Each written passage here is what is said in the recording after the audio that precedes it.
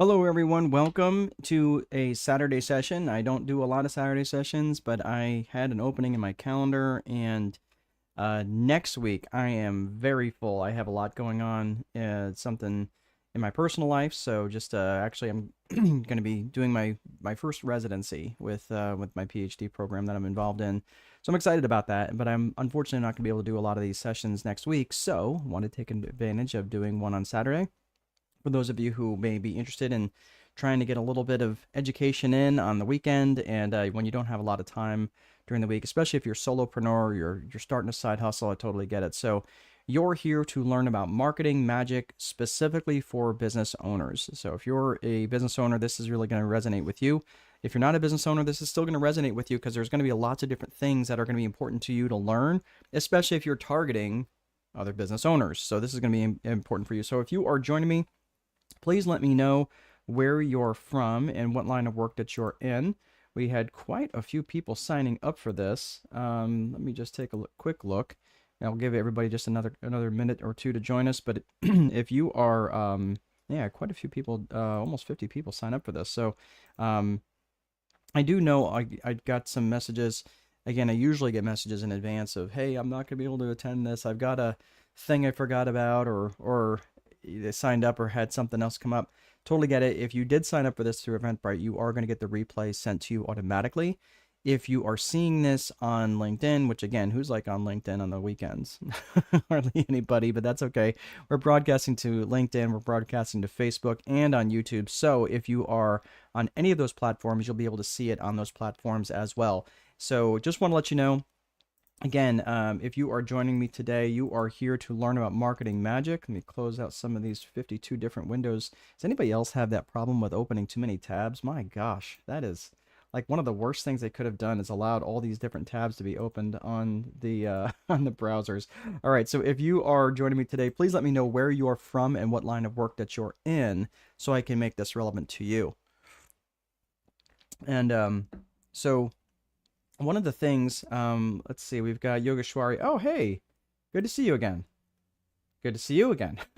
Yogeshwari from London, starting up a fashion brand and looking forward to it. Yeah, I'm glad to see you again, Yogeshwari. All right, so we've got a bunch of people joining me. If you please let me know where you're at, and where you're from, so that way, what line of work that you're in, just so I can, again, make this relevant to you as best as possible. So also a couple quick things. We're going to get right to it because there's a lot of things around marketing specifically that I want to make sure that you understand, but we are going to be looking at this specifically from a top-down strategic approach. If you know me, and you've known me for more than 11 seconds, you know I'm going to take a top-down approach to viewing things. Why is that? Because I don't want to give you a tactic that isn't aligned with an overall strategy. So in order for us to speed up, we have to slow down a little bit. You have to understand the strategy first and foremost, so you can speed up on the back end. And this slowing down to speed up, it's like sharpening the axe, right? You're sitting down to sharpen the axe, or sharpen the saw, so you can cut more wood later on.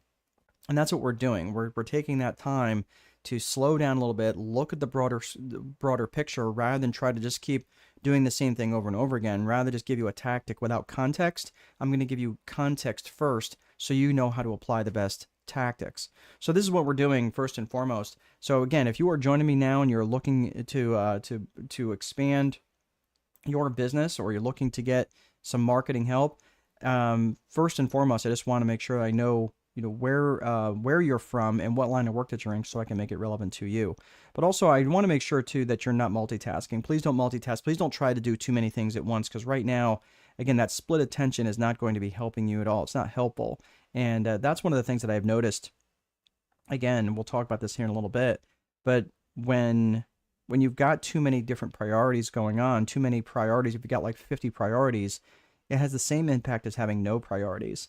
And that's the thing I want you to think about, is you really do need to establish priorities. And I will tell you, if you're trying to dabble, where you're trying to put too many eggs in too many different baskets at one time, your marketing is going to be ineffective. And I've seen that happen quite often, is where they sprinkle a little bit of marketing over here, and then they sprinkle a little bit of marketing over here, and they kind of like try to get a very broad approach. You're much more likely to get the results you want when you're going to be really focused and try to fill up. You won't ever fill up one completely, but put put a lot of energy into one or two, I would say as many as 3 different marketing channels, but don't try to hit 19 at the same time. Most of you just don't have that budget. You don't have the budget for that. So what I would say is try to hit 1 or 2 or 3 marketing channels at a time. I would say find one that works really, really well for you, and then always have a second or third that you're developing. That would be my suggestion. So that's what we're trying to do. We're trying not to be all over the map. We're trying to be targeted and focused. So I don't want you to be multitasking on this call today.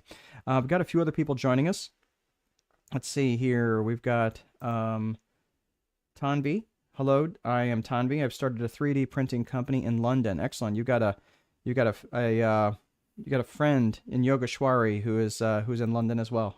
So apparently the Londoners are representing well today. Okay, Tanvi from London has a 3D printing company in London. Would like to know how to make marketing strategy for a B2B and B2C model. So this is what we're going to be talking about specifically in this. Marketing, the way that I'm going to look at this is probably a little bit more B2C.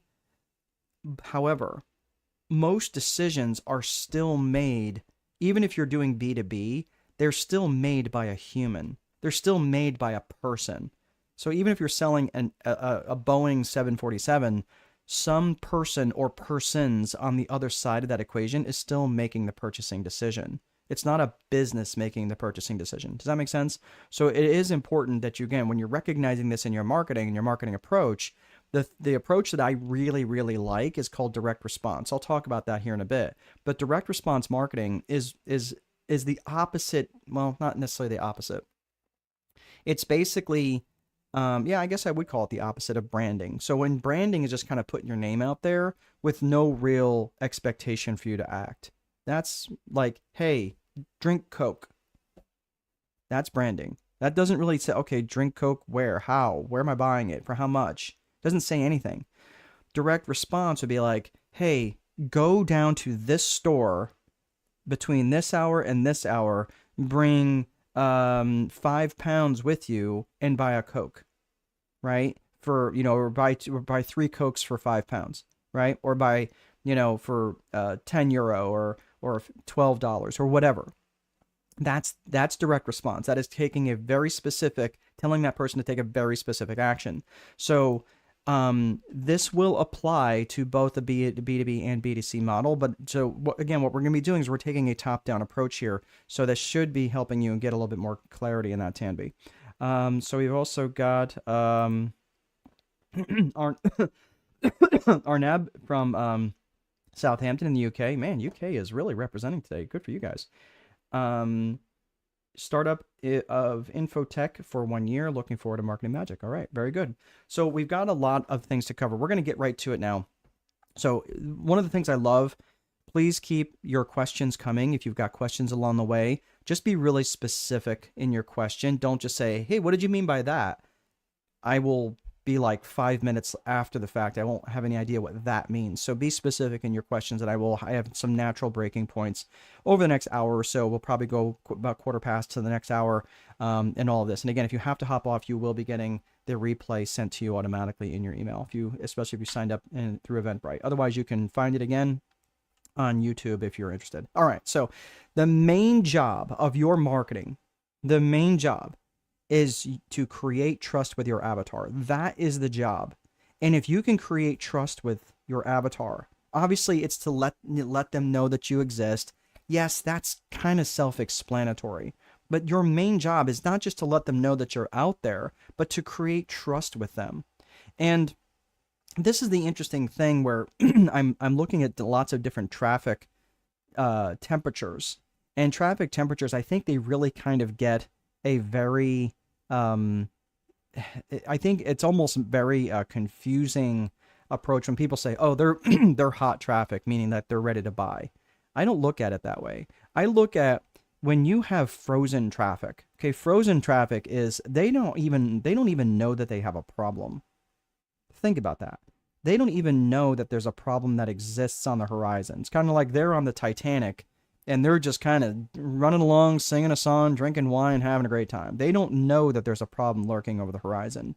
That is a job of marketing. That's what warms them up, that takes them from frozen traffic to not problem aware to cold traffic where now they're aware of a problem.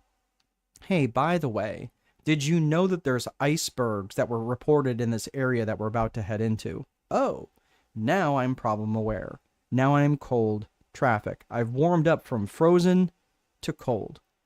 Going from cold traffic to warm traffic is to make them solution aware. So now they're aware of a problem. Now you're going to warm them up a little bit more to warm traffic, which makes them solution aware. Hey, by the way, we're heading into icebergs. Maybe we should go a little bit further south. Maybe we should slow down a little bit.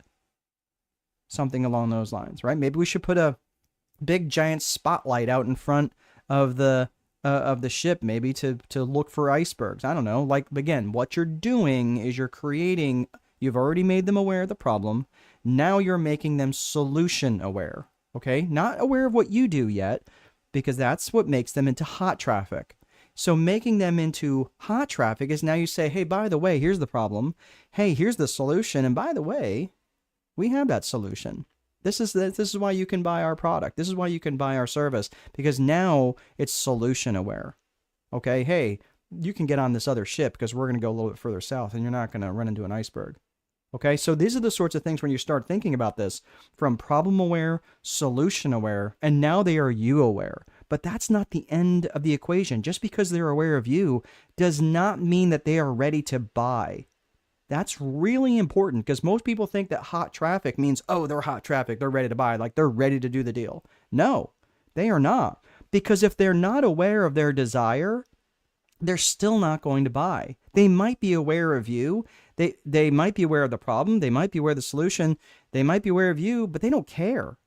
But if they don't have desire, they're still not going to move.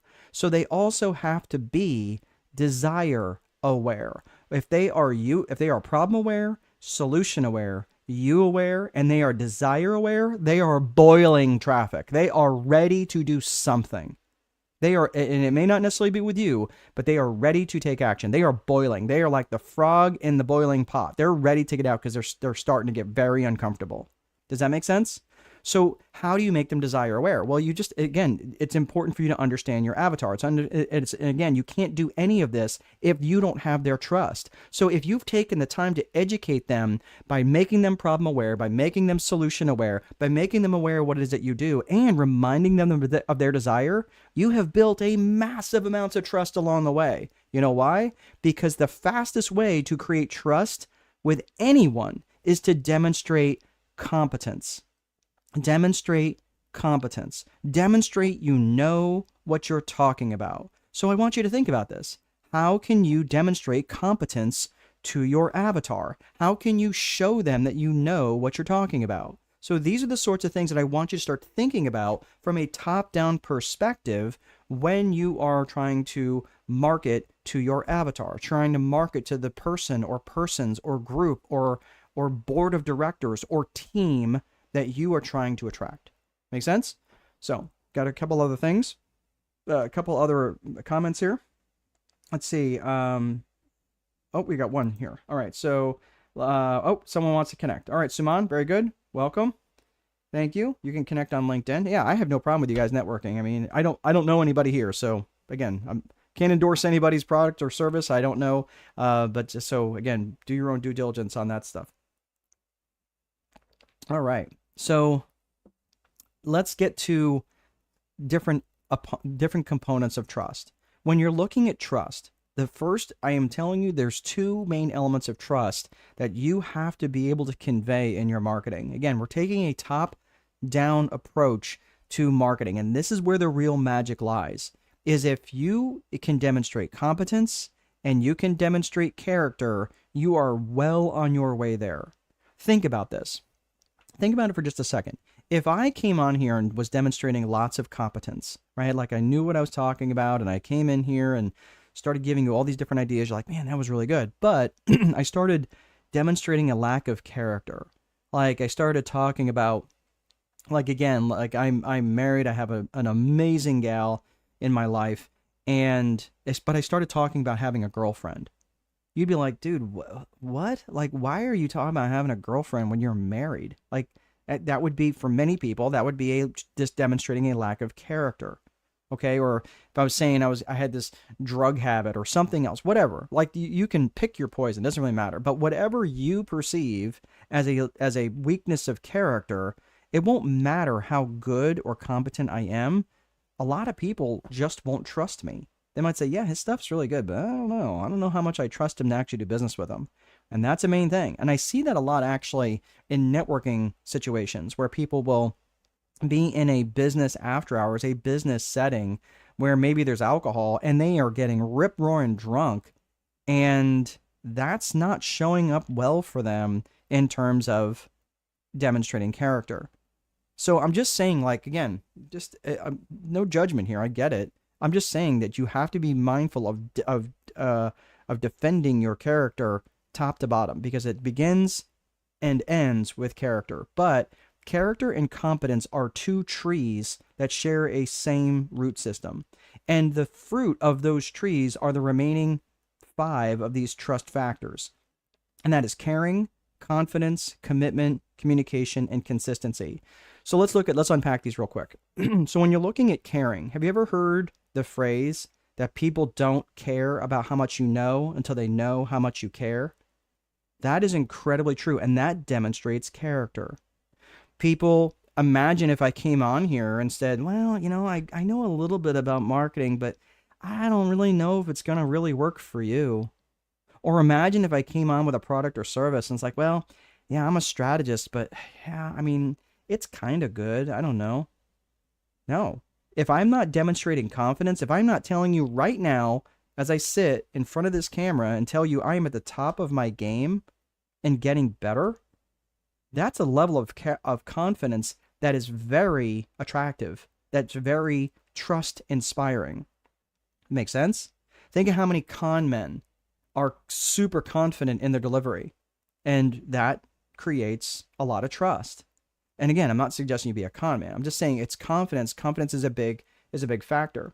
And if you for those of you who are a fan of Napoleon Hill, he wrote the laws of success. And the second law of success is self-confidence. So it's a big deal, especially in creating trust with your avatar, with the person on the other side of the table.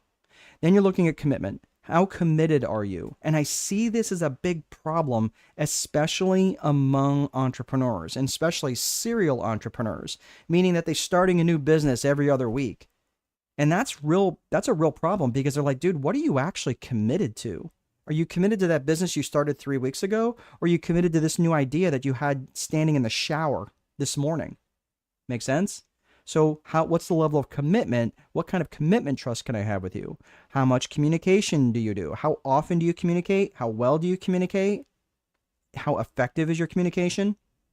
And lastly, consistency. How consistent are you in delivering trust and creating trust? How much are you showing up when you say that you need to show up, or how often you need to show up? So all of those elements, if you're missing any one of these elements, people may not trust you, and you may never know why. So it's really important that you really put that self-evaluation lens on there, and maybe ask people, hey, if you were to rank me from 1 to 10 in these 7 areas, where do you think I'm the weakest? And that might be a really good exercise for you to engage in. All right. So these are all different areas around creating trust. So again, before we get into the agenda here, I want you to just understand there's a different level of understanding. Is just like you take this session just kind of seeking knowledge to understand, versus a much, much, much higher standard, which is seeking knowledge to take action. And I want you to just think about this, like, how much are you just like, oh yeah, I'm here to say, oh yeah, it was really good, I took a lot of notes. Okay, that's fine. I don't need the attaboy. I have lots of success in many different businesses that I have that are running on their own. At this point, I want to make sure that you are taking knowledge and actually taking action on that. So at the end of this, if you have, I'm going to ask you this question again at the end. What knowledge will you be taking action on today?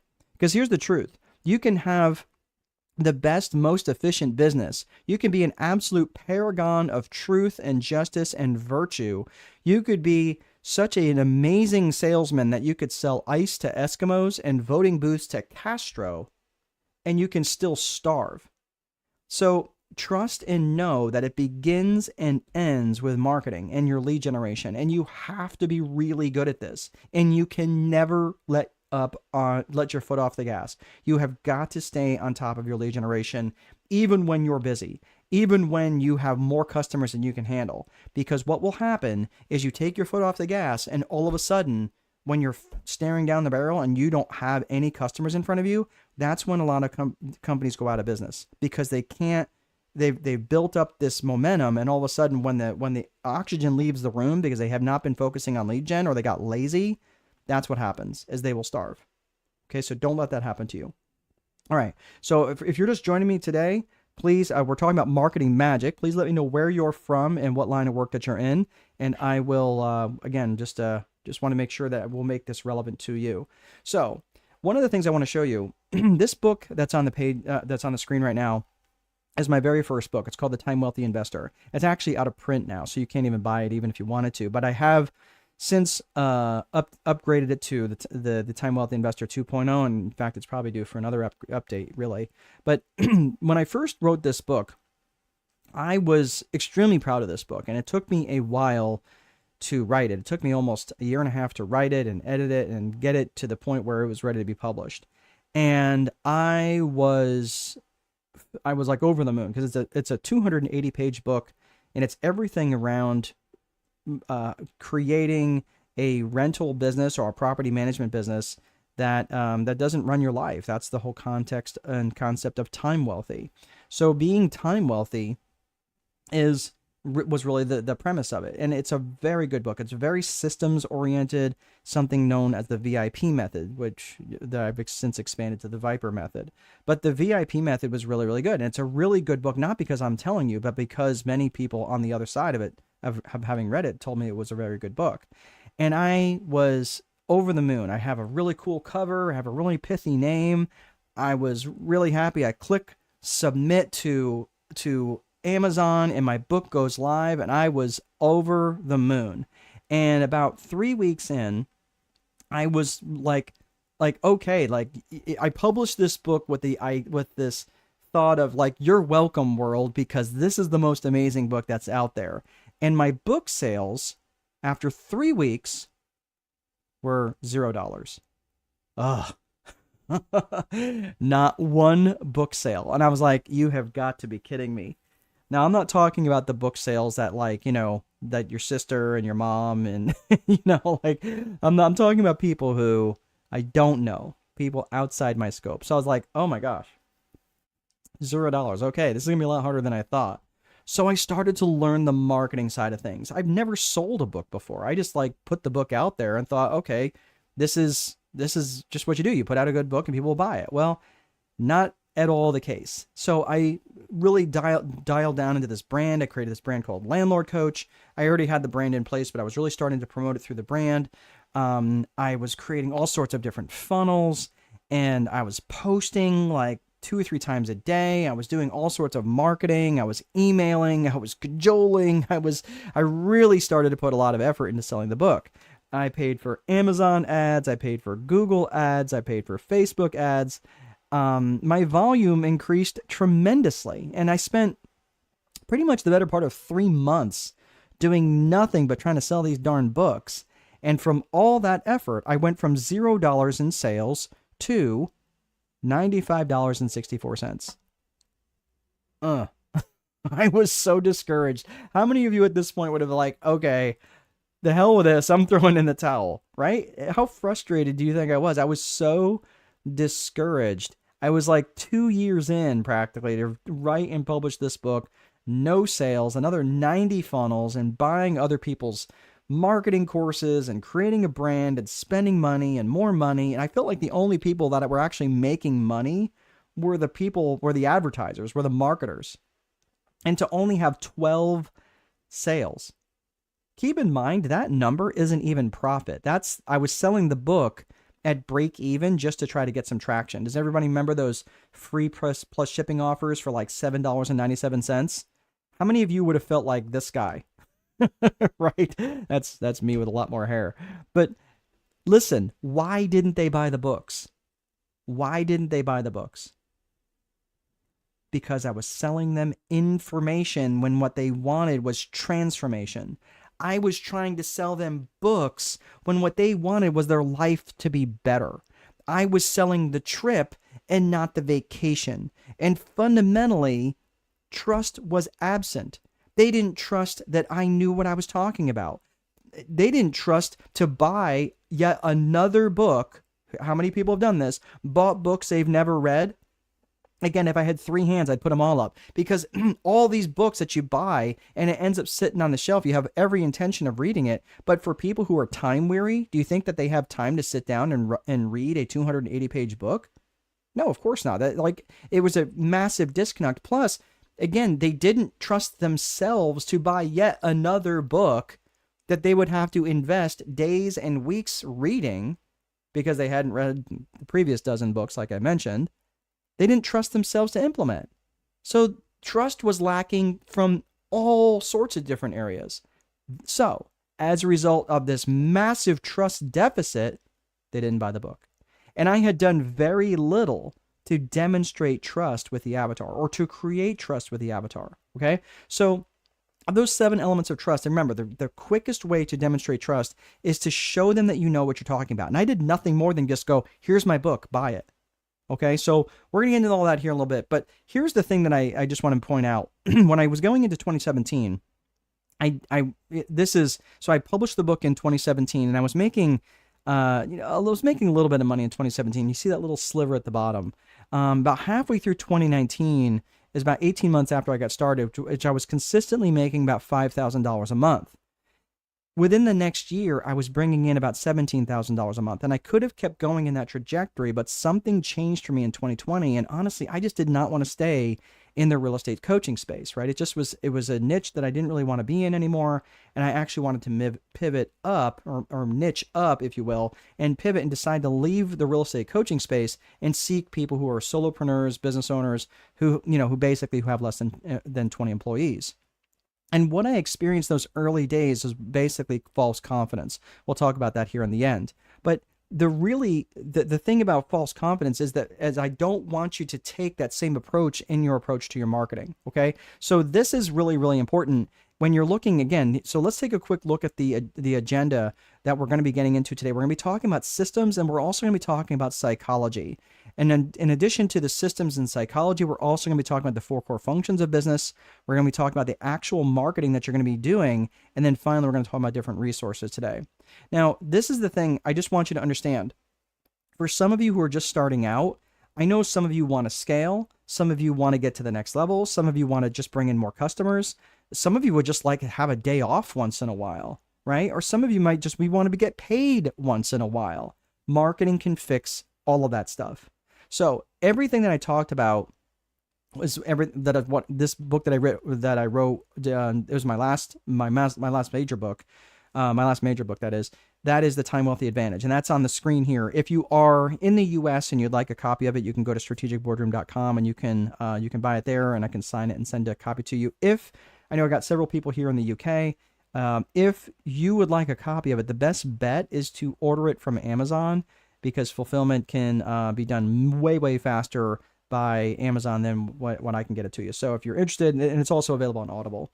Unfortunately, it's narrated by me, so you have to listen to my voice. But but I'm not here to promote the book. I just want you, I'm telling you about the book because it really goes deep into what's called the Viper method. And the Viper framework is what I'm going to talk about here next. And this is the systems component to the business. So if you're trying to put a business together, this strategic framework is very, very important, specifically when I get to business vision. So hang in there with me for just a second.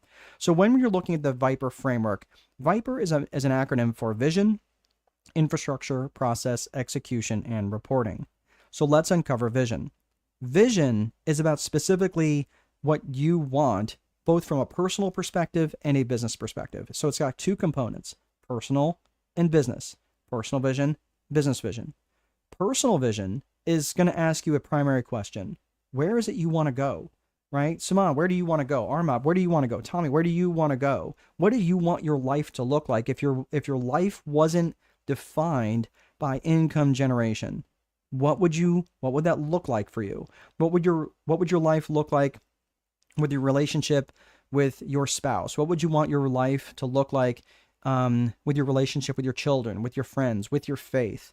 These are all the things that are very, very important for you to consider in advance of your business vision, because the business vision is going to determine, okay, cool, that's where you want to go. Let's reverse engineer a business that says, cool, that's how are we going to get there? How are we going to get there? That's where you want to go. Cool. That's how are we going to get there? And the interesting thing that I notice is that people, I mean, I've sat in masterminds and seminars and different things like this, different events like this, where I've sat next to guys and gals who were legitimately making 6 and 7 figures per month. I mean, financially, they were absolutely knocking it down. But the interesting thing about that was their home life was a complete train wreck. And you know what they were more interested in? Making a little bit more money and putting an extra comma in their bank account. Meanwhile, they've got a barn fire burning at home. And that's the thing that I'm trying to understand. Like, I want you to just think about this. What they effectively did was they created a business vision without giving any consideration at all to a personal vision. So here's all I'm going to say. I'm just going to make this last couple points around personal vision, then we'll move on from there. But the danger in creating a business vision without ever thinking of a personal vision is that you end up creating a life that exists to serve the business. And I'm just telling you, that sucks. It's just like an empty well that just never gets filled in. So I just want you to think about that. Just give it a little bit of consideration and write these things down so that your personal vision is defined, and then you have a business vision that's actually going to serve that personal vision, not the other way around. So let's get into the business vision. There's 3 C's to business vision. And I'm going to tell you this right now, is that understanding these 3 elements will make your marketing massively stand out over any other person or business that you have. That's a competitor of yours. I'm just telling you, every time I get invited in as a CSO, which is a fractional chief strategic officer, or as a strategist, anytime I'm in an organization and I see any one of these 3 elements that's not fully developed, I'm telling you, I see all sorts of problems within the business. I see problems with their marketing. I see problems with their turnover. I see problems with their avatar. I see problems with their employees. I see all sorts of dysfunction going on. So let's look at these 3 C's of business vision. The 3 C's of business vision are specifically core purpose, core values, and client avatar. And this is absolutely critical to have all 3 of these elements defined in your marketing. And if you're not going to take the time to do this, I'm just going to tell you right now, go ahead and leave. Because I'm just telling you, if you don't do this, everything else you do is going to be fragmented. It's going to be much more expensive, and it's going to be ineffective. I'm just going to be honest with you. So why not take the time now to figure this out now, rather than spending and wasting all that time and all that money? It's so funny that people want to get to where they want to go really quickly, but they don't want to do the preparation work on the front end. Okay, so this is the preparation on the front end. So let's talk core purpose. The core purpose specifically is, what business are you in and what problems do you solve? And it's really important that you be highly specific in your answers. So specifically, what business are you in? Armab, what position, what specific business are you in? Yogeshwari, what specific business are you in? Tani, what problems do you specifically solve? This is really important for you to start thinking about this now, because if you are not thinking about the specifics of it now, the problem is you can get very, very fragmented in your offering. So think of it this way. Think of like the core purpose for a mechanic. So a mechanic for a passenger automobile, do they do a lot of things? Sure, they probably do a lot of things. Could they replace wiper blades? Sure. Could they replace tires? Sure. Could they do a brake job or a muffler job, or could they put in new headlights? Sure, they can do all those things. Could they replace a transmission? Maybe not, because transmission work generally tends to be a little bit more specific to a field, right? That could be a subcategory. Okay, so now we're starting to establish some boundaries. Will they work on a dump truck? Probably not, because dump trucks they've got heavy transmissions, they got heavy drivetrains, they've got big diesel engines. It's probably too much for them because they're pretty much used to being in that lane of passenger vehicles. Excellent. So now you're starting to really establish some boundaries around that core purpose. Be really dialed into what your core purpose is, and be a little obnoxious about what you don't do. Leave that stuff aside for someone else, because when you start going, oh yeah, we could do that, we can do that, and we can do that, all of a sudden when you're saying yes to everything, you're going to start getting people to say, well, what do you specialize in? How committed are you to really being good at my passenger vehicle? Make sense? Now, if we're talking like you're stuck at 3 a.m. trying to get home, that's a different story. But that's not what we're talking about. We're talking about a core purpose where you're saying, no, I really want the expert working on my vehicle that's going to be carrying around my children. So that's what I'm saying. Like, what is the core purpose? Be really specific about the business that you're in, and be really specific about the problems that you solve. Now let's talk about core values. Core values is what matters to you about this business, and how would the world be worse off if you went out of business? So when you start thinking about this from a core value perspective, and I want you to think about this at the end, and I want you to say, hey, this is something I really need to work on, or I feel like I've got this really dialed in. Your core values, because your business is just an extension of you, that's what your core values are going to represent in your business. So think about it this way. Let me know if this is true for any of you. Have you ever had a friend that was heading down a path that you couldn't follow, and you ended up losing that friend over that? Yeah, we've all had that. If you lived in life more than 15 minutes, that's happened, because you have a friend that they're evolving and you're evolving, and maybe you're evolving in a good way. Chances are you're here on a Saturday, you're trying to better yourself. But many people, they're going the different direction. They're starting to do other things in their life that you just don't agree with. Okay? So if that's the case, you start thinking, okay, well, you're heading down a path I can't follow, my brother, my sister, whoever. I can't be part of that. And you end up blowing up the relationship over it. And it sucks. But that's the reality. And the reason why you weren't willing to cross that line is because it was a violation of some sort of core value that was meaningful for you. And how do you determine a core value of yours? Well, listen, we walk around with all sorts of different values. But when something is truly a core value is when you're willing to take action on something. And generally they represent the excesses in our life, the guardrails, the excessively good and the excessively bad. So when you have a friend that was maybe acting out of integrity, or maybe a friend that was lying to you, or a friend that was stealing or doing drugs or whatever that violation of the core value was, that was the line in the sand. So again, we all walk around with a bunch of values, but you know if something is a core value when you're willing to take action on it. I value peanut M&Ms, but I'm not going to go to war over peanut M&Ms. Someone threatens my family, I'm going to war, because that is a core value of mine. So that's why I'm saying, like, we carry around lots of values, but realistically, when I'm willing to get up off the couch for something, that's how I know something is a core value. Make sense? So these are the sorts of core values that you want to define for your business. Why is that? Because the core values help define the company DNA. And the core values define what's called company culture. And company culture and company brand are inextricably linked. And that's really important because the company culture is what's experienced by the employees of your organization. The company brand is what's experienced by the clients of the organization. And all of that stems from core values. Those are really important for you to define. And it comes out in your marketing.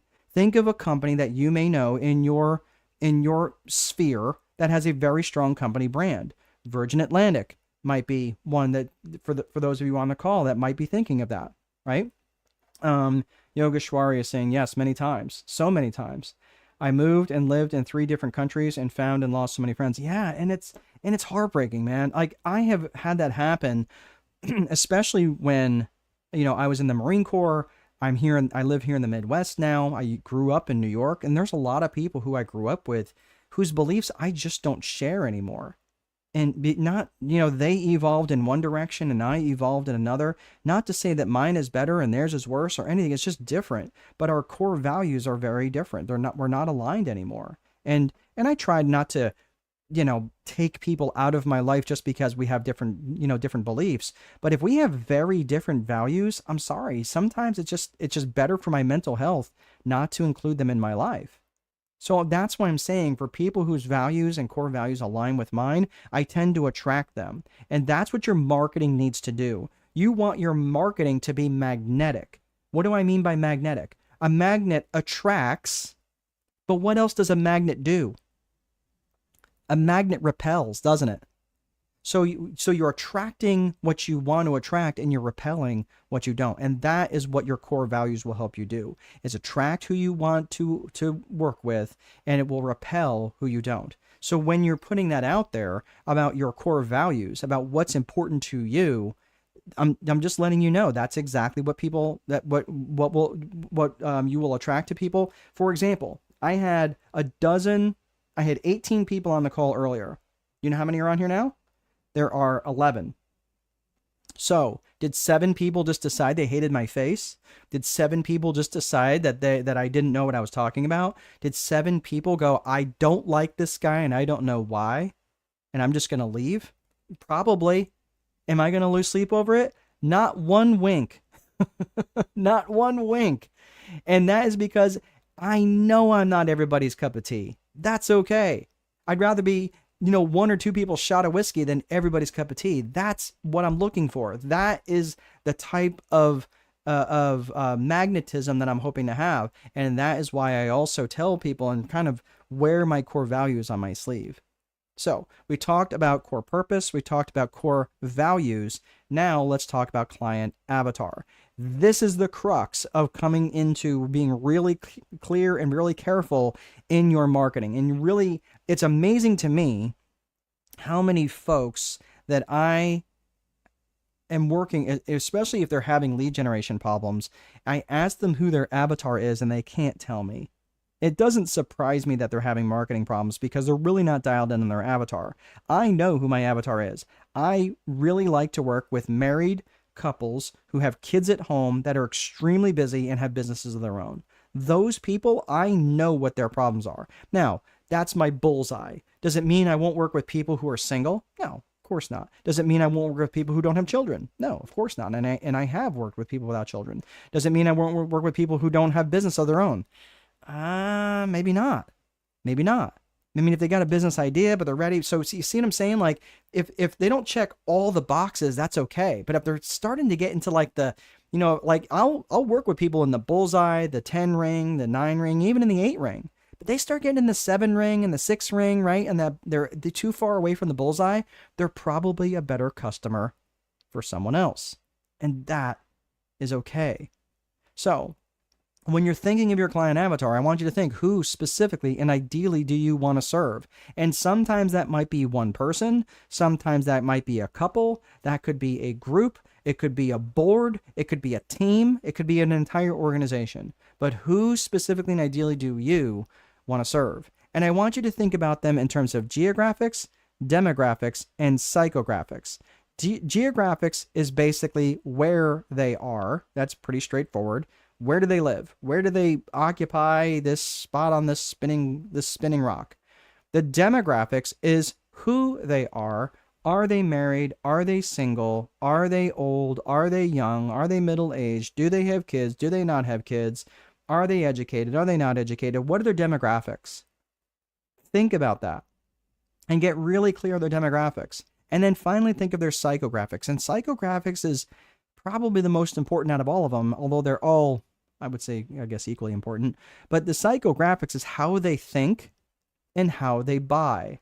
Psychographics, I want you to think of the phrase ALIA, A-L-I-A. I want you to think of their attitudes, their lifestyles, their interests, and their aspirations and goals. And this is interesting that when you're thinking about really, truly creating marketing magic, and if you don't know these people well, like you have not researched your avatar to know What is important to them? What are their attitudes on education? What are their attitudes on life?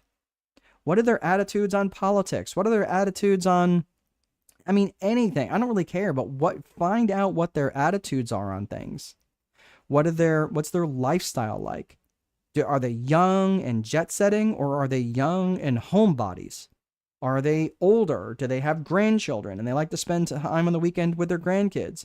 Or are they middle-aged and they like to travel a lot? What's their lifestyle? What are their interests? Do they like to read? Do they like art? Do they like NASCAR? Do they like Formula One? Do they like American football, or do they like European football? Whatever. But to figure out what their interests are. And lastly, and this is probably probably a little bit more important than all of them, is what are their aspirations? What do they aspire to? What are their goals? Because if your product or service helps them get towards their goals a little bit faster, don't you think that would be important for you to know? Man, that is marketing gold right there. We're not even talking magic at this point. We're talking palladium, okay? If you can really figure out what their goals and aspirations are and how your product or service could align with that, that's a license to print money. So all of these things, the 3 C's of business vision, I'm going to take a sip of my tea here, but I want you to type in here, what are these 3 areas that you feel that you're really got dialed in? Or what are these areas do you feel like you've really got to do some work on? Go ahead and type in the comments right now.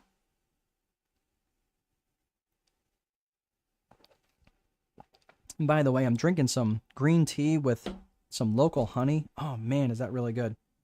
I got a bee guy who used to be a policeman, and now he sells honey. Good stuff. All right, so I'll let you guys type that in. Go ahead and type in your answers. But of these 3, the core purpose, core values, and client avatar, it's really important that you decide what are these going to be and write them down. If they are not written down, I'm telling you, from a 1 to a 10, they're no greater than a 5. But you really need to write these things down. But take the time to do the research and really get clear. Do some introspection about the core purpose and core values and client avatar. And keep in mind, it might be a little bit of an iterative process, a little bit of back and forth, where you have to say, okay, well, I kind of worked on this a little bit. This is what I want, but let me go back and look at the core purpose again. And you might have to think that out. All right. So Yogeshwari has a question. Quick question. For one avatar, we can have more than one aspiration, right? Oh, absolutely. Yeah, they may have lots of aspirations. They may aspire to go back to school. They may aspire to write a book. They may aspire to have children. They may aspire to get married. Yeah, they can have all sorts of goals and aspirations. It doesn't necessarily all of them have to, because most of them are not going to align with your product or service, but 1 or 2 of them may. That's why, again, so really, really good question. Absolutely. So they may have, and you might also have a client avatar, but you may have subcategories within that client avatar. For example, like I mentioned, I like working with business owners, but I also like working with entrepreneurs. I also like working with solopreneurs, people who are just one-man armies. But really fully, I really truly do like and enjoy working with business owners, people who are in business already and they have employees. That's kind of my sweet spot. But it doesn't mean I won't work with solopreneurs or even entrepreneurs who have a business idea that are ready to pull the trigger. Okay. So Yogeshwari, and avatars can be more than one for a company or brand. They can be more than one person for sure. Yes. But what's the sweet spot of avatar numbers for one company, like 3 different avatars? So here's the problem. If you have 3 different avatars, if you like what I'm talking about is an ideal avatar. I want you to have an ideal person. Just like I said, I like working with married couples who are in business for themselves, that have kids at home, that are super busy. Right, so I defined a lot of things. I defined their lifestyle. I defined their demographic. Right, I really like. I mean, I'll work with them generally within the United States, but I'm not opposed to working with people outside the U.S. But generally, they live in the U.S. They are married. They are. They tend to be Christian. But again, this is what I'm saying. Like, this is the ideal avatar that I like working with. Okay. So let's start checking the boxes. If someone comes to me and they are not a Christian, will I work with them? Yeah, sure. I mean, faith is a big deal for me. I'll respect their faith, right? But if they're not a Christian, will I say, no, I'm not going to work with them? No, no. But as long as they respect that I have a faith and they have faith, generally probably be a good alignment. If they're an atheist, probably not going to work. Probably not going to work. Just being honest, okay? But what if they were not married? What if they were single and their spouse died? What if they were single and they were divorced? Okay, yeah. Does it mean I won't work with them? No. Let's see what the other ones look like. Are they in business for themselves? Yes. Do they have children at home? They have children, but they don't live at home. Okay, that's fine, right? Are they super busy? Absolutely. So do you see what I'm saying? Like, the problem would be is if I look at this avatar, I've defined an ideal avatar. I've defined that ideal avatar of, like, again, Christian, married, business owner, kids at home, super busy, right? So I've got these 5 things. So if I look at this and I'm only checking like 2 out of the 5 boxes, I don't know that that's going to be enough. I don't know that's going to be enough for me to be effective for them. And which of those 2 are being checked are also a big deal. So I'm just saying, like, again, think of it at the dartboard where the bullseye is all 5, but there's a 10 ring and a 9 ring and an 8 ring. You start getting outside the 8 ring, you're like, you hit some 7s and some 6s and some 5s. My advice is probably those are better off customers of someone else. Does that make sense? So really what we're trying to do is dial it into one specific avatar that you really like to work with.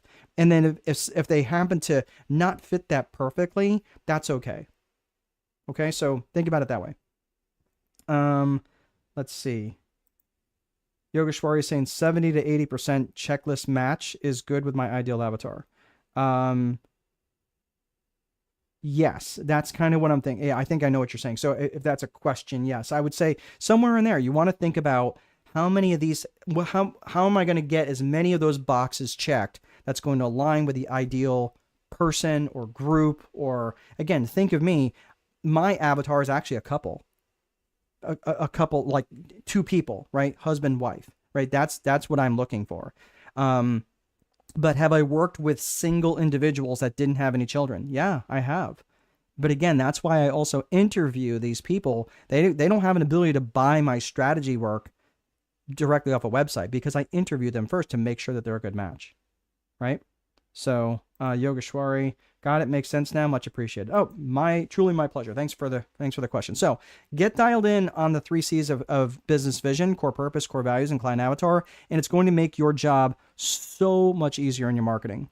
Remember, your job is not to provide good service. Your job is not even to provide or come up with a satisfied customer. That's the default setting. And this is what I'm thinking about when you're trying to do this in your marketing. Your job in your marketing, think about it. If you go to a restaurant and you sit down with your significant other or one of your pals, and you're there with or one of your mates, and you're like, okay, you get seated quickly. The waiter or waitress hands you the menu. You look, you order your food. The drinks come in a reasonable amount of time. The food comes in a reasonable amount of time. You eat. They check on you. You're good. You get the bill. It's a reasonable amount. You pay it. You leave. You're very satisfied. Are you going to be raving about that to anybody? Are you going to be telling, wow, I am so satisfied? No. Your job is not to have a satisfied customer. Your job is to not provide good service, because that is the default setting. That's not going to move the needle for very many people. No, your job is to have raving fanatics about your business. And that starts in your marketing. Okay? So again, you have to think about this in terms of creating these raving fanatics in your business. So again, and this all starts by educating them early on about what they should expect from you in your business, and doing that and tying that into your marketing. I talked about this in the terms of the 4 types of traffic. There's really 5 types of traffic, but I'm just keeping it simple for right now. But that frozen traffic frozen, cold, warm, and hot. These are people, again, the frozen traffic, they are not problem aware, right? Think about this. Well, let me put this out there and then I'll give you the analogy. You got frozen traffic that are not problem aware, cold traffic are problem aware, warm traffic is solution aware, and hot traffic is you aware. But there's that boiling traffic, which is now they are desire aware. They are aware of their desire and they're like, wow. And they might be self-aware of that. But your job is also to remind them of their desire. So I'll give you an example. Have you ever got into one of those clickbait stupid things like on Facebook or on even like MSN or some news site where it says you see an article and it says 7 ways that cucumbers are going to kill you. By the way, this includes pickles, you see in parentheses. Oh man. You're like, man, oh my gosh, I ate pickles last night on my cheeseburger. Oh man. Right? We've all clicked on those ads. I know you have because I'm not the only one clicking on them. And I'm like, damn it, 7 ways cucumbers are going to kill you. And by the way, this includes pickles. Man, I love pickles. All right, so let me click on the ad. Let me click on it. And I know what I'm clicking on. I know what it is, but you still click on it. So you click on it. Now, it starts to describe everything about cucumbers. By the way, everything I'm about to tell you about cucumbers, I completely am making up. I don't know anything about cucumbers, except they're green. So it's going to say, it's going to educate me about all sorts of cucumbers and where all the cucumbers in the world come from. Well, they come from Ecuador. And because they are grown in Ecuador, they're grown in some sort of volcanic soil. And because they're coming into your home country, they have to be sprayed with a certain chemical and it causes butt worms. Okay, right. So now you are problem aware, is that people who eat cucumbers, and by the way, 92% of all the world's cucumbers come from Ecuador and are sprayed with this chemical. Again, I'm making all this up. Okay, now you are problem aware, all right? And this chemical causes butt worms, and you don't want butt worms. Okay, that sucks, okay? Now, so what's the solution? Well, the solution is to purchase homegrown in your own country cucumbers that are grown organically and not treated with this chemical because it comes from Ecuador. Make sense? You are now solution aware. You're now aware that these cucumbers exist. You now are aware that they are organic and you can, okay, and there's some, and by the way, wouldn't you know, there's some that are grown right in your home country that you can buy from my very own company. Well, no kidding. What a coincidence. Yes. And by the way, if you order them today, timer pops up. If you order them within the next 10 minutes, we'll add 50% to your order and we'll drop ship cucumbers right to your door. By the way, we have this whole assortment of pickles that you can choose from. Okay? Now, that's you aware. So now you are problem aware, you are solution aware, and now you are very aware of their product or service to sell you cucumbers and pickles. That is the stages of traffic. Now, if you want to go one step further and make them into boiling traffic, you would remind them of how important it is not to get butt worms when you're eating cucumbers and what it's like to eat healthy and whatever their desires are. Does that make sense? So this is really critical in addressing them in the 4 stages of traffic. Because if you're trying to talk to frozen traffic, but you're using hot traffic language, they're not going to understand you. You're going to be like, hey, we are the premier providers of organic cucumbers here in the UK. Or premier providers of totally homegrown organic cucumbers here in the United States. No one's going to care. But if I demonstrated to you, again, build trust. If I demonstrated to you why that's a problem in the first place, oh, well, don't you know that if you buy cucumbers normally, you'll get butt worms? Oh my gosh, I didn't know that, right? Well, yeah, because you didn't warm them up. That's why you're trying to have hot traffic conversation with frozen or cold or warm traffic. They don't know that stuff yet. Make sense? Well, if they're warm traffic, they would know that. But if they're frozen or cold, they don't, because they're not problem aware yet. Or they're not solution aware. There's a disconnect. That's the problem. Is this making sense? So you have to have the right type of language with the right temperature of the traffic. This is why a lot of marketing fails, is because people are trying to have the wrong temperature traffic with the wrong traffic type. One of the things I'm running an ad right now called Financial Literacy for Business Owners. And there's a lot of business owners that like it, but there's certain language that people are not responding to. Is that my fault or their fault? It's my fault, because I'm using language that doesn't align with the temperature where they're at. They're not problem aware, or they are problem aware, but I'm not bringing the solution that they need.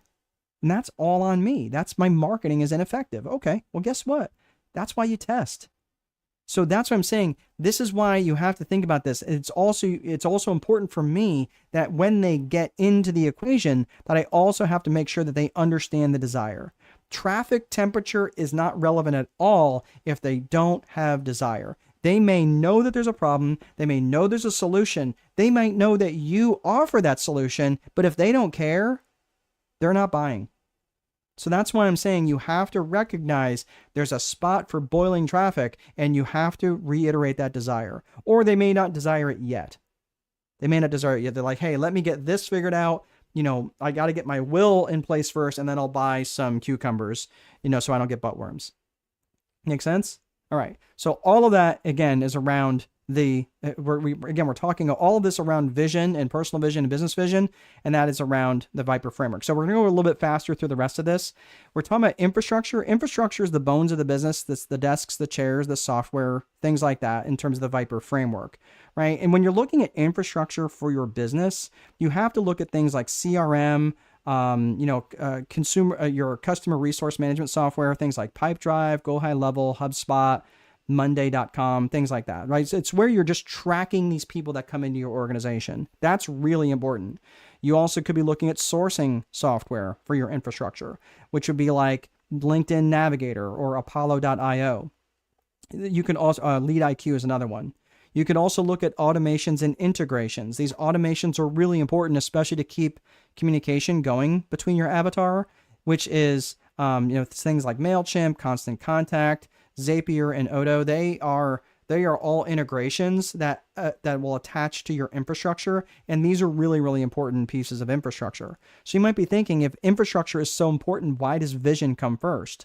Well, vision comes first because let's say Yogeshwari wants to lay on the beach rubbing cocoa butter on his belly. Okay, well, if that's the case, laying 2 months on the beach in Spain, rubbing cocoa butter on his belly, if he designs an infrastructure that is going to require him to return emails and phone calls in a timely manner, that's going to be a horrible experience when he's trying to lay on the beach for 2 months out of the year rubbing cocoa butter on his belly, right? So vision has to come first, and you're going to build an infrastructure that's in alignment with that vision for the future.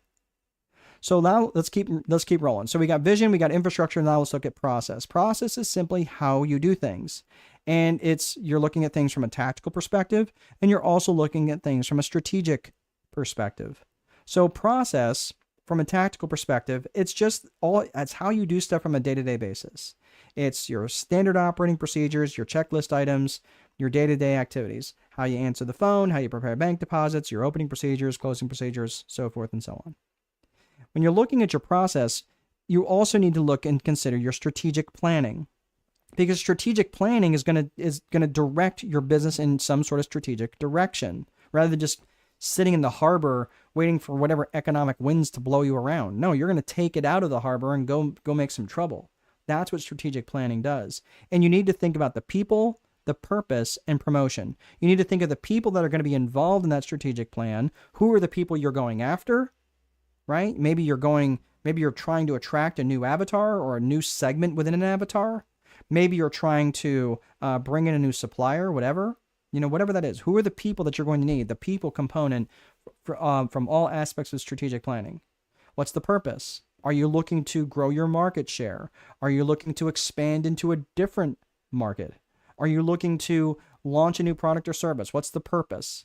Again, just like people has to be in alignment with your core values and client avatar, your purpose also has to be in alignment with your core purpose. Because If not, you're going to get very fragmented. You're going to get that shiny object syndrome. And that's why, again, if you have a core purpose or a strategic purpose, rather, that's not in alignment with your core purpose, people are going to get confused. And the confused mind will always say no.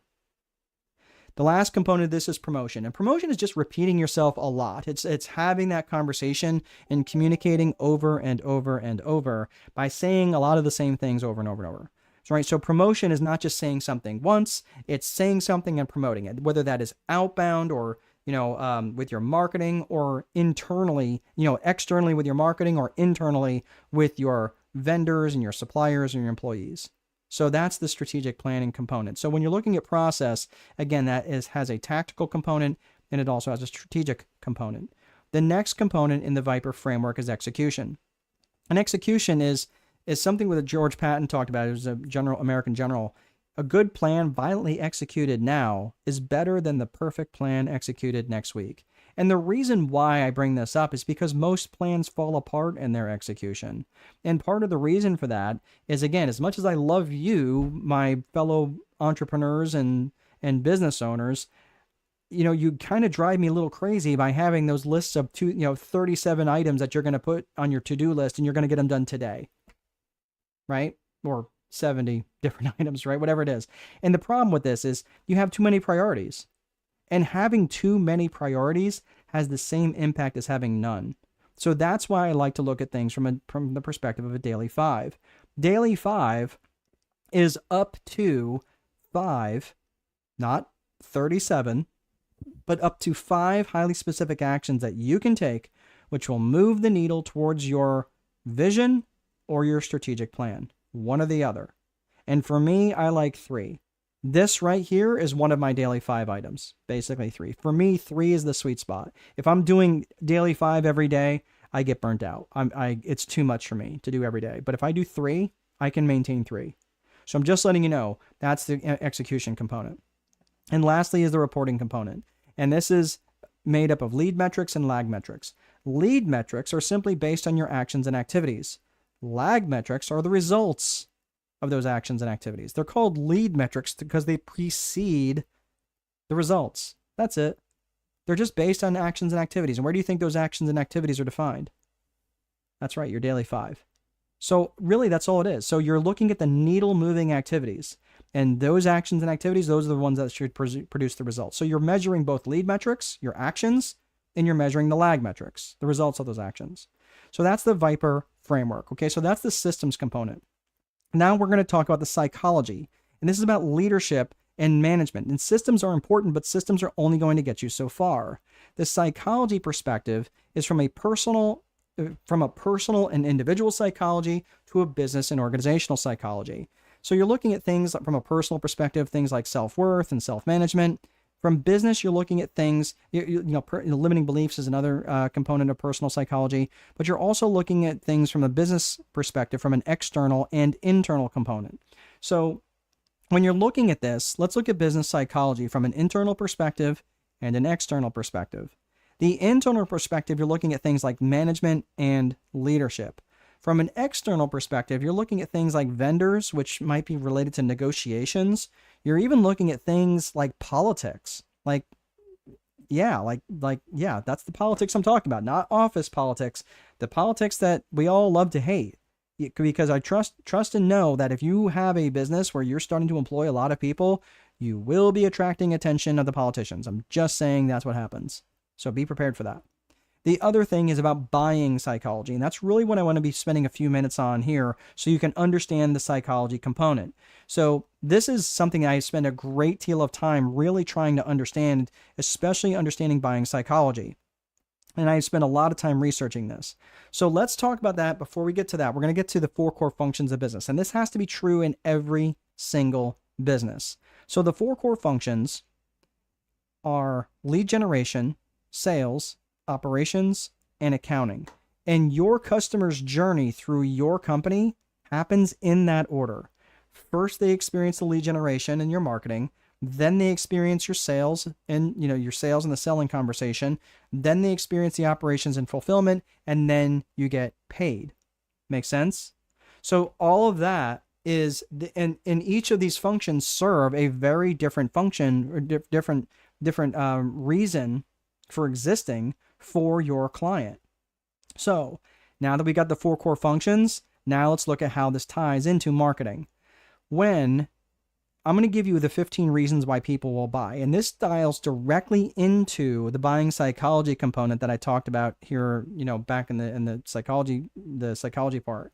What I want you to do, I'm going to take myself down, and I want you to take a screenshot of this. What you're going to do is I want you to think about this. There's 15 reasons why people buy. Are there more? Probably. I don't know. These are the 15 that I have learned. And that is to make money, save time, avoid effort, escape pain. And people will buy to escape physical pain, emotional pain, spiritual pain sometimes. They'll buy for more comfort. They will buy for better health. And keep in mind that could be for less stress. They will buy to feel more love. They will buy to gain praise, increase their status with their tribe.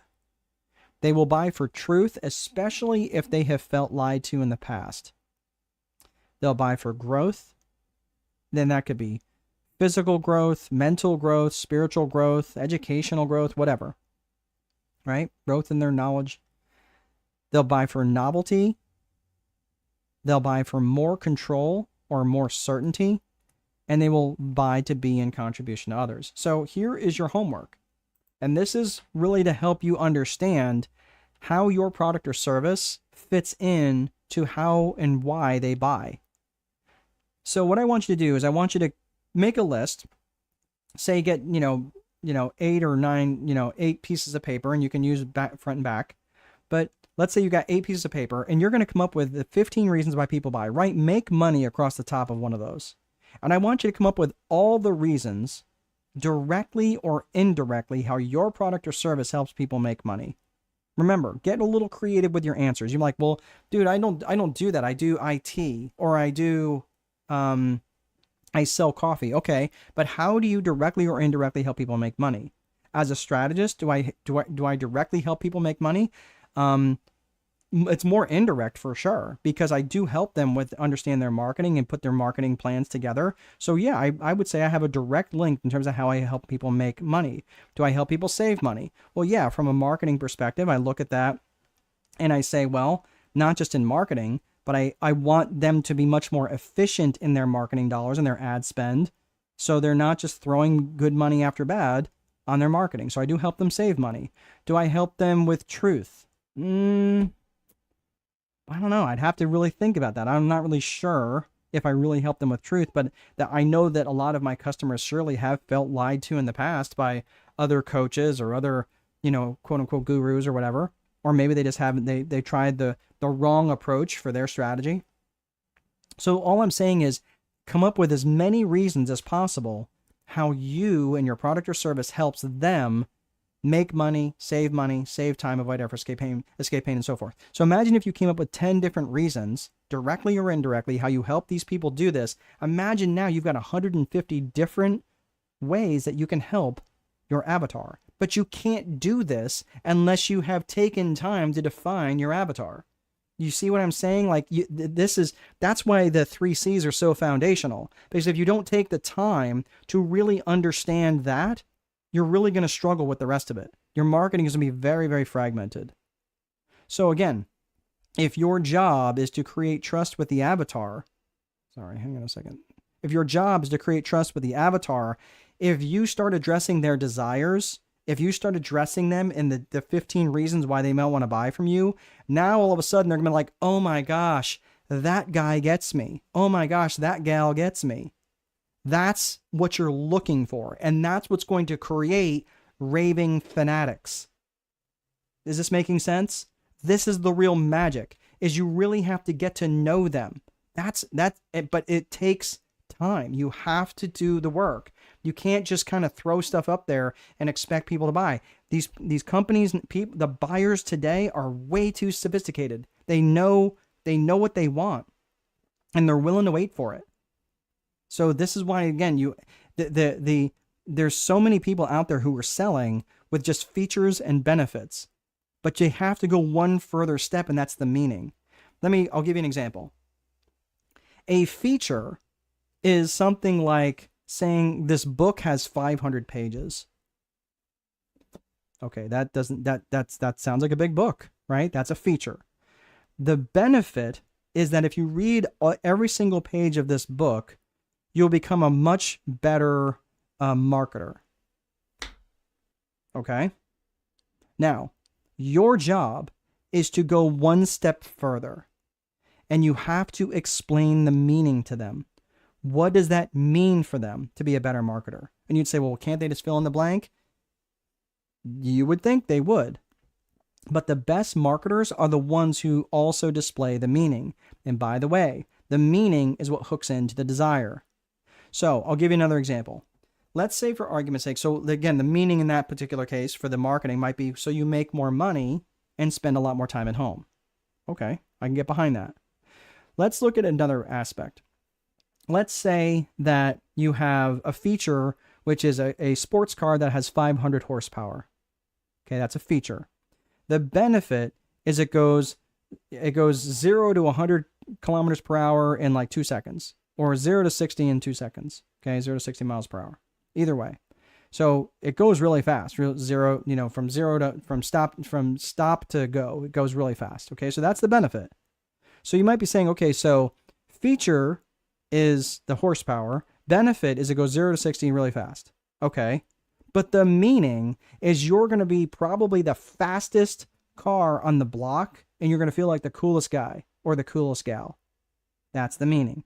People will buy far more for the meaning than any other thing. Now, I'm not suggesting that the features and benefits are meaningless. No, they give the meaning context. But I'm saying if you only stop at the benefit, I'm telling you, you haven't gone far enough. You have to indicate the meaning. So that is why they're going to want to do business with you. And the 15 reasons why they buy will reveal the meaning. Making sense? So you have to go a little bit further than that. When you're looking at something like the headline, okay, and this is something that I'm just letting you know here. When you're getting into the headline, I had to test everything. Before, this course used to be called the Lead Generation Multiplier. Do you know how many people signed up for it? None. No one wanted it. And I was like, oh man, like, what do you mean? Right? So again, whose fault is that? Is it all your fault for not signing up? No, it is not your fault. I call it marketing magic. All of a sudden I started getting people sign up. But I was getting a lot of people who were in like the marketing world that were like, okay, I don't really know that I want those people. And then I started calling marketing magic for business owners. So the crowds were smaller, but I was getting the people that I was shooting for. Does that make sense? So you have to think about, I have to test, and I have to test a lot, and I'm going to get it wrong way more than I'm going to get it done, than I'm going to get it right. But this is what testing is like in the marketing world. You have to have a control, and you have to have a variable. And that's what marketing is. That's what effective marketing looks like. So when you get to the lead, like, again, these are some different graphics that I used. Here's the lead generation multiplier for business owners, right? That's, I don't remember what iteration this was. This might've been the latest one. I had marketing magic by Strategic Boardroom. I had marketing magic. That was a different color. And then I had marketing magic for business owners. I think this is the last iteration, but this is the one that really started to get the type of client that I was really looking for. So this is where you have to recognize that you have to test. You're going to test the headline. You're going to test the subheadline. You're going to be testing all sorts of different things. And when you find a winner, you're going to continue to try different iterations and make it better and test and continue to test. And that's what the name of the game is. So when you're looking at different trust triggers, okay, and I'm going to just go through this rather quickly because, again, this kind of gets into buying psychology, but I'm going to do this fast. So when you're looking to trigger trust, these are the sorts of trust indicators. Now, again, these are different from the 7 components of trust. These are things that can help trigger trust. And you can really only need, you don't need all of them. You could just use one or, maybe a handful. But authority is what triggers trust. So how can you demonstrate authority? You can demonstrate it with title. You can demonstrate it with position. You can demonstrate it with credentials. You could be an author, right? This is why I also have the class Write and Publish a Book as a Business Owner, because you can be an author and it's a great way to establish an authority.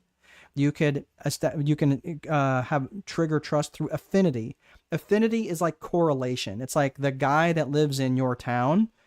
They have familiarity based on simple frequency because they see you. Oh, I see your trucks around town all the time, right? How often they see you. It could be a shared geography, or even a shared interest. Remember, we talked about that back in psychographics: attitudes, lifestyles, interests, and aspirations.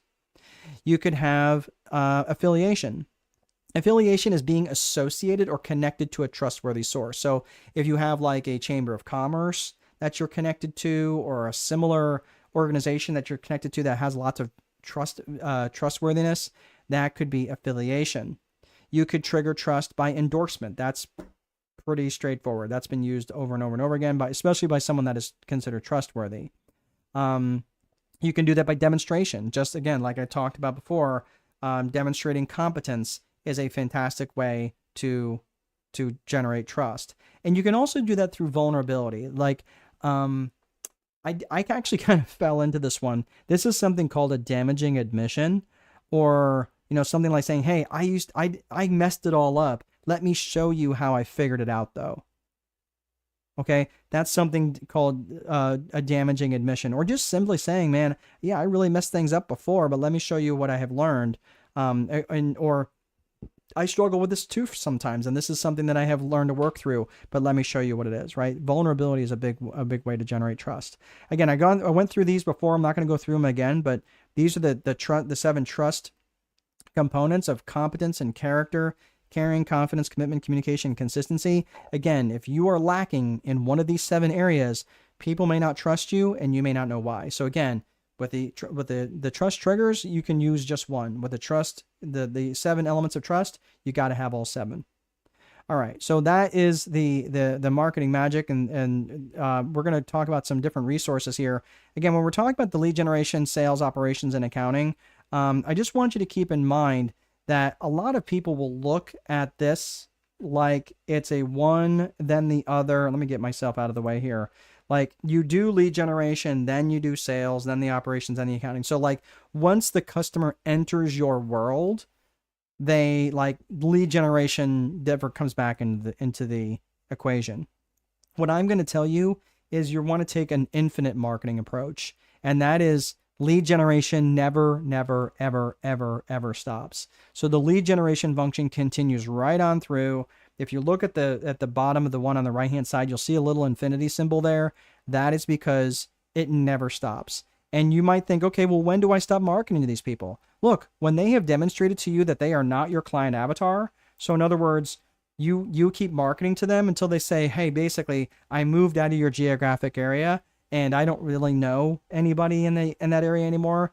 So you might as well stop marketing to me. Okay. I mean, they're never going to, it's hard to know that. But my point is, if they have demonstrated to you that they are not your client avatar in some way or the other, or they have demonstrated to you that they're not aligned with your core values, maybe because your core values have shifted, maybe because of their core values have shifted. But either way, if they have demonstrated to you that basically they are not your client avatar, or they don't align with your core values, or they have died,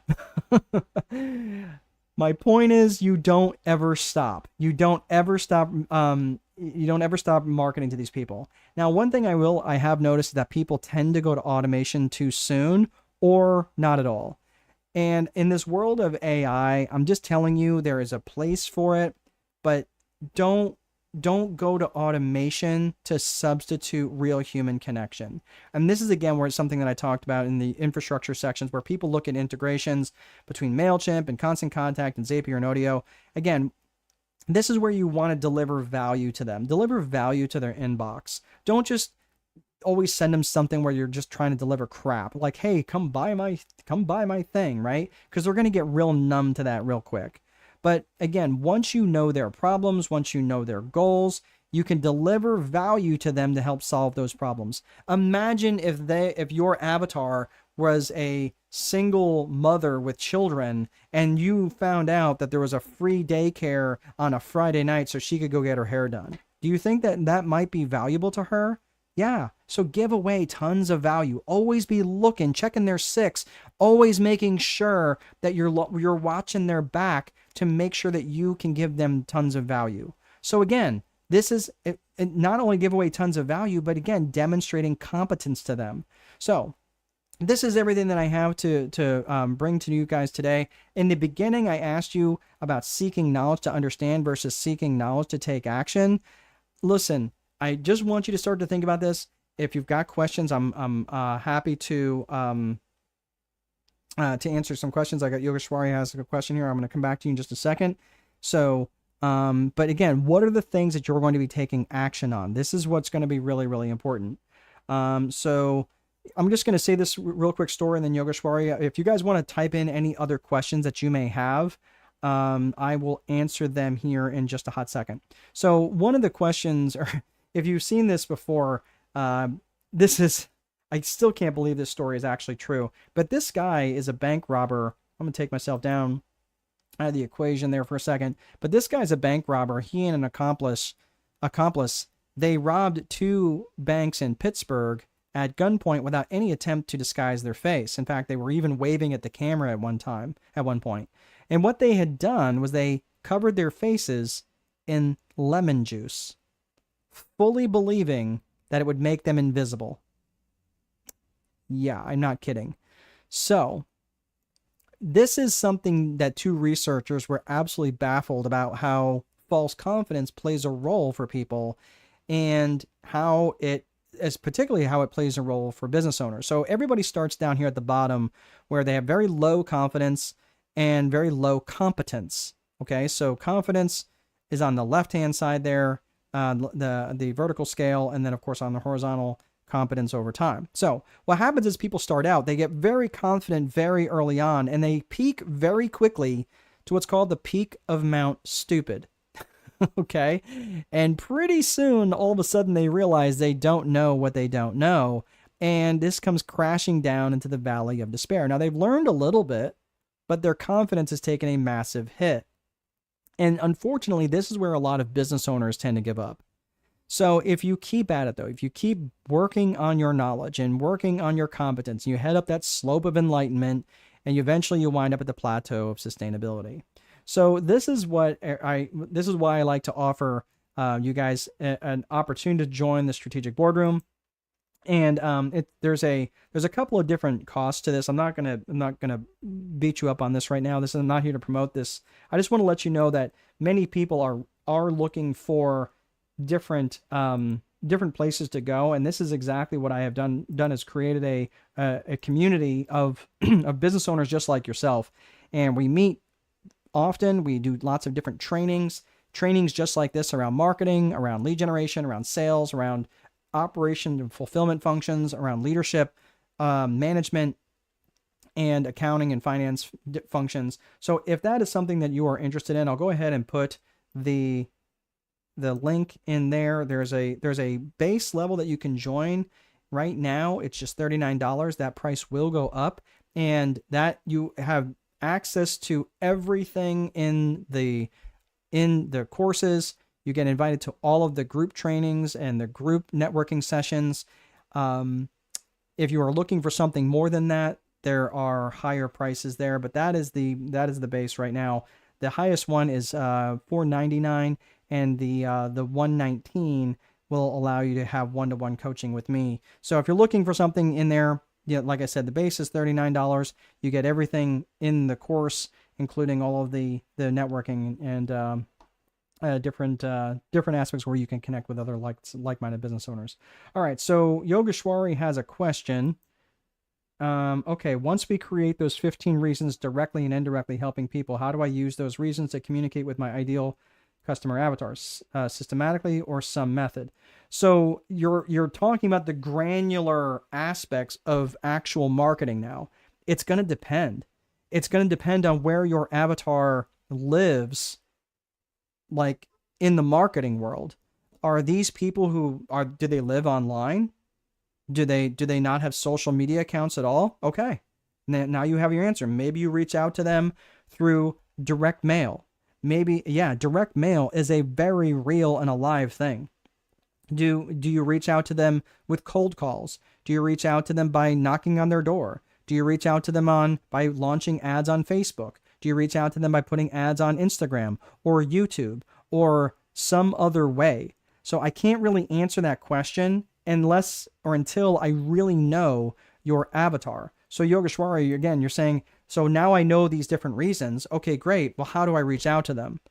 Well, again, we're constrained by, an hour and 30 minutes on this call. I could probably talk another 5 hours and not hit everything that I know about marketing, because I had to spend years getting good at this. And I still have a lot to learn, but I have figured a lot of things out. And right now, as I'm attracting different avatar, like I'm attracting avatar from all over the world, and I have no intention of doing that, but just because of my name getting out there, and I've got people from multiple different countries that are joining me today, although UK was very heavily represented today. That's great. But here's the thing. My geographic generally tends to land in the United States. Does it mean that I wouldn't work with someone in the UK? Not at all. Not at all. I would be happy to, as long as they align in other elements of my avatar, as long as I really truly feel that I can help them. If I don't feel like I can help them, I'm not going to take their money. So it's important that you know, when you're looking at this from the avatar perspective, that's why it's important for you to understand their attitudes. What's their attitude on social media? They're like, no, I hate social media. I don't want to be on it. Okay, great. How do you reach them? How do you reach them? There's got to be other ways. Do you reach them on television? Do you reach them on radio, satellite radio?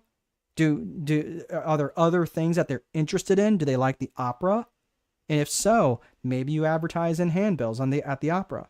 Something. So that's why it's important for you to understand your avatar in all sorts of different ways so you can reach them. That's why that's important. Making sense? So you're asking a very granular question. Unfortunately, I don't have a really good answer for it because I don't know I don't know your avatar, but that's where you start to have to think, where would I be able to reach them? Where do they live in the marketing world? And that's what's important. Okay. I don't see any other questions. Hopefully it answers your question, Yogeshwari. Thank you. So that's everything that I have. If you guys don't have any other questions, thanks so much for sticking around. For those of you who have signed up through Eventbrite, you are going to be getting this delivered to you directly in your email inbox. If you did not and you'd like to see the replay, you can go to YouTube and you can see a lot of other replays as well, or you can sign up for any future trainings on Eventbrite. Thanks so much for sticking around, and I will see you guys in the boardroom. Thanks so much. You are more than welcome, Yogeshwari. Thank you.